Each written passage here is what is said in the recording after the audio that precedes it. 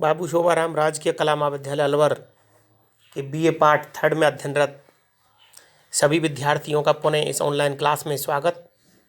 मैं डॉक्टर सत्यदेव, सहायक आचार्य भूगोल, बाबू शोभाराम राजकीय कला महाविद्यालय। जैसा कि आप सभी विद्यार्थियों को पता है कि पिछली क्लास में हमने भारत के भूगोल जो बीए पार्ट थर्ड का सेकंड पेपर, भूगोल का सेकंड पेपर के रूप में पढ़ाया जाता है, भारत के वन संसाधनों के बारे में पढ़ा था। और इसी टॉपिक को हम कंटिन्यू करते हुए आज हम जो पिछली क्लास में सामाजिक वानिकी जो कार्यक्रम है, जो 1976 से स्टार्ट हुआ था, उस सामाजिक वानिकी कार्यक्रम की जितनी अपेक्षाएं, जितनी अपेक्षित थीं, उन पर यह कार्यक्रम खरा नहीं उतर पाया। इस कार्यक्रम का जो उद्देश्य था कि एक समाज के लिए, एक क्षेत्र के लिए, एक प्रदेश के लिए वहाँ की जो दैनिक आवश्यकताएं, उनकी पूर्ति वहाँ के स्वयं के संसाधनों से की जाए। वहाँ की जलावन, लकड़ी, चारा इत्यादि के वहाँ के वन संसाधनों से की जाए। वो कार्यक्रम इतना सफल नहीं हुआ था। उस असफलता के कारण आज हम पढ़ेंगे सामाजिक वानिकी कार्यक्रम की असफलता के कारण। देखिए, नंबर 1, राजनीतिक प्रशासनिक प्रतिबद्धता का अभाव। ये जो कार्यक्रम होता है, कोई भी कार्यक्रम योजना इस बात पर निर्भर करती है कि वहाँ के जनमानस, वहाँ की राजनीतिक प्रशासनिक प्रतिबद्धता कितनी मजबूत है। तो ये जो कार्यक्रम था सामाजिक वानिकी कार्यक्रम, इसमें इस बात का अभाव देखा गया था, राजनीतिक और प्रशासनिक प्रतिबद्धता का। इस वजह से ये कार्यक्रम सफल नहीं हो पाया था। नंबर 2, भूमि पर अवैध कब्जा। जैसे कुछ सार्वजनिक भूमियाँ थीं, चारागाह थे, उन पर लोगों ने अवैध कब्जे कर लिए, उनको हथिया लिया, जिससे भी ये कार्यक्रम आपका पूर्णतः सफल नहीं माना जा सकता। नंबर 3, भूमि सुधारों की मंद गति। जो भूमि सुधार स्वतंत्रता के बाद भारत में प्रारंभ हुए थे, वो भी सही सटीक तरीके से प्रारंभ नहीं हो पाए, लोगों को उसका लाभ नहीं मिल पाया, ज़रूरतमंदों को उसका लाभ नहीं मिल पाया। नंबर 4, पंचायतों की उदासीनता। जो प्रशासन की पंचायतों की जो उदासीनता थी, उनका जो निष्प्रभावी रहना, ये भी इस कार्यक्रम को असफल बनाया इसने भी। नंबर 5, जन सहभागिता का अभाव, खासकर भूमिहीन कृषकों की साझेदारी का अभाव। कोई भी योजना, कोई भी कार्यक्रम तब तक सफल नहीं हो सकता जब तक जन सहभागिता सुनिश्चित नहीं की जाए। तो वहाँ पर बहुत सारे लोग ऐसे थे जिनके पास भूमियाँ नहीं थी, ज़मीन नहीं थी, ऐसे कृषक, तो उनका इस कार्यक्रम में हिस्सेदारी न के बराबर रही। प्रशिक्षण की कमी। कोई भी कार्यक्रम को सुनियोजित तरीके से करने के लिए, उसके लाभों को सुनियोजित तरीके से जनमानस तक पहुँचाने के लिए प्रशिक्षण बहुत ज़रूरी है, प्रशिक्षित होना बहुत ज़रूरी, तो इस प्रशिक्षण की कमी रही। अगला, उचित तथा पारिस्थितिकीय अनुकूल पौधों का आवंटन नहीं। यूकेलिप्टस द्वारा मृदा अपरदन में ह्रास। जैसे उस समय जो पेड़ लगाए गए थे सड़कों के किनारे, रेल लाइनों के किनारे, सार्वजनिक भूमि पर, उसमें एक पेड़ था यूकेलिप्टस, उसको बहुत बड़ी मात्रा में लगाया गया। लेकिन आगे आने वाले समय में ये सिद्ध हुआ कि ये पेड़ पारिस्थितिकी दृष्टि से ज़्यादा अनुकूल नहीं था। इसने भूमि की उर्वरता को कम किया, भूमि की नमी को कम किया। तो उचित पेड़ पौधों का अभाव या उसके चयन का जो अभाव था, ये भी इसकी एक कमी मानी जा सकती है, असफलता का कारण रही। वृक्षों की अवैध कटाई। लोगों ने पेड़ों को बहुत अवैध तरीके से बहुत ज़्यादा मात्रा में काटा, तो ये वृक्षों की कटाई थी, ये भी एक असफलता का कारण है। पशुचारण, अवैध पशुचारण, पशुचारण जो क्षेत्र थे, जो आपकी सार्वजनिक भूमि थी, उस पर अतिक्रमण किया गया लोगों द्वारा। आगजनी, जैसे कई जगह आग की घटनाएं, तो ये सभी जो कारण थे जिसकी वजह से सामाजिक वानिकी कार्यक्रम पूर्ण रूप से सिद्ध नहीं हो पाया, सफल नहीं हो पाया।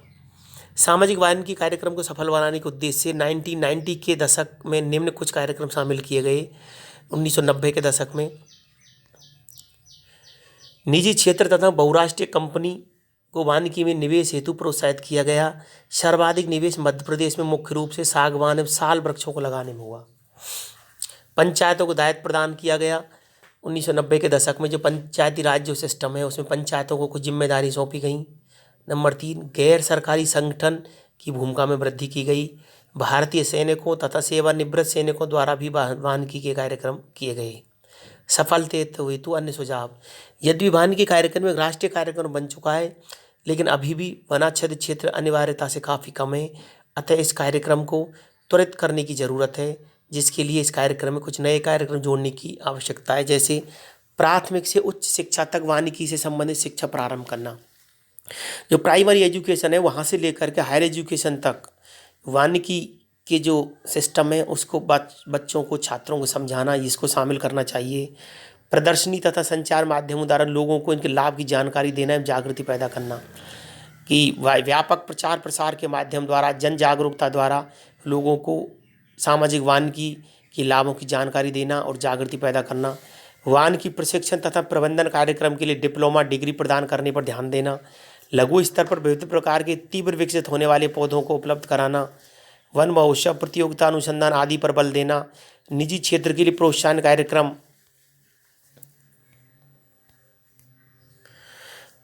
मृदा संरक्षण, वन संरक्षण, पर्यावरण, पारिस्थितिकी संतुलन कार्यक्रमों में आपसी संबंध स्थापित कर इसे और व्यापक एवं प्रभावी बनाने पर बल देना। कुल मिलाकर इतना कहा जा सकता है कि सामाजिक वानिकी का क्षेत्र अत्यंत विस्तृत है। इसे अपनाकर राष्ट्र समृद्धि पा सकता है। अगला कृषि वानिकी। कृषि वानिकी सामाजिक वानिकी का एक प्रकार है। अंतर्राष्ट्रीय कृषि वानिकी अनुसंधान परिषद के अनुसार कृषि वानिकी भूमि उपयोग की ऐसी व्यवस्था है जिसमें बहुवर्षीय वृक्ष तथा एक वर्षीय फसल को साथ साथ एक क्रम में उगाई जाती है। इसका मूल उद्देश्य भूमि का सर्वोत्तम उपयोग करना है। इसमें किसान विभाग द्वारा सस्ती दरों पर उपलब्ध कराए गए पौधों को अपने खेतों एवं मेड़ों पर लगाता है। वस्तुतः कृषि वानिकी पुरातन वानिकी व्यवस्था, जहाँ भूमि का प्रयोग एक साथ कृषि वानिकी तथा पशु चारागाह के लिए किया जाता था, का एक ही नया नाम है। भारत में कृषि वानिकी के अंतर्गत अत्यधिक वृक्षारोपण के कार्य हुए हैं।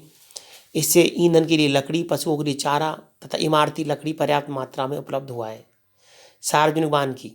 सार्वजनिक वानिकी में वन विभाग द्वारा तीव्र गति से बढ़ने वाले पेड़ों को रेल, रोड की पटरी, नहरों के किनारे, सार्वजनिक स्थान पर लगाया जाता है। इसका मूल उद्देश्य समुदाय के लोगों की आवश्यकताओं की पूर्ति करना है। जैव मंडलीय सुरक्षित क्षेत्र। जैव मंडलीय सुरक्षित क्षेत्र प्रतिनिधित्व पारिस्थितिकी प्रणालियों में आनुवांशिक विभिन्नता को बनाए रखने वाला बहुउद्देशीय कार्यक्रम है। प्राकृतिक एवं मानवीय गतिविधियों से होने वाले जैव संपदा की क्षति को रोककर पारिस्थितिक संतुलन को कायम करना इसका मुख्य काम है। इसमें पेड़ पौधों, जीव जंतुओं को उनके प्राकृतिक आवास क्षेत्र में ही संरक्षण प्रदान किया जाता है।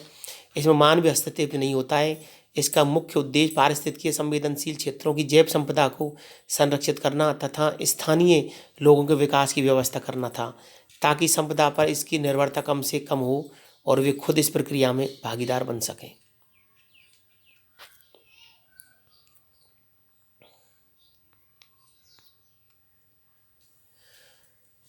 तो इस तरीके से निष्कर्षतः जैव मंडलीय सुरक्षित क्षेत्रों का उद्देश्य भी एक तरीके से पारिस्थितिकी संतुलन कायम करना है और पारिस्थितिकी संतुलन के द्वारा पर्यावरण को सतत विकास के मार्ग पर लाना इसका मूल उद्देश्य है।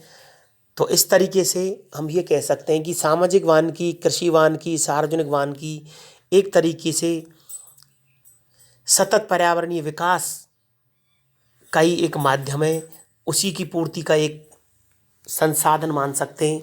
सतत विकास का मतलब मैं आपको एक बार बताना चाहूँगा कि सतत विकास का मतलब एक ऐसे विकास से है, एक ऐसे सिस्टम से है जिसका लाभ न केवल वर्तमान पीढ़ी उठाए बल्कि आने वाली पीढ़ी भी पर्यावरण को अक्षुण्ण बनाते हुए पर्यावरण को बिना क्षति के एक तरीके से विकास किया जाए। ये सतत विकास कृषि क्षेत्र में, वन संसाधनों में, आपके उद्योगों में, सभी क्षेत्रों में लागू किया जा सकता है। तो हम सभी विद्यार्थी इस बात के बारे में सोच सकते हैं कि कृषि हो चाहे कुछ भी हो, उसमें हम सतत विकास की जो संकल्पनाएं उस पर ध्यान दें। जैसा कि खेती के बारे में हम देखें तो कृषि जो क्षेत्र है वो आज का जो क्षेत्र है वो देखा जाए तो पहले शुरुआत में हरित क्रांति के समय में उन क्षेत्रों में उत्तरी भारत में, उत्तरी पश्चिम भारत में रासायनिक खादों का बहुत ज़्यादा प्रयोग किया गया, जिसका ये परिणाम हुआ कि एक समय के बाद भूमि जो उत्पादकता है वो स्थिर हो गई और उसमें गिरावट आने लगी। तो उसका जो माध्यम है वो जैविक खाद का प्रयोग करें तो हम ज़्यादा सतत रूप से विकास कर सकते हैं। तो आप लोगों इस बात पर ध्यान दें। एक आप प्रश्न आपको लिए मैं बताना चाह रहा हूँ, लिखिए। भारत के वन संसाधन का वर्गीकरण करते हुए प्रत्यक्ष और अप्रत्यक्ष लाभों की विवेचना कीजिए। एक प्रश्न और लिखिए, सामाजिक वानिकी क्या है?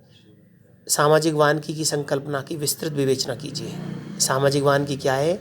सामाजिक वानिकी की संकल्पना की विस्तृत विवेचना कीजिए। Thank you so much.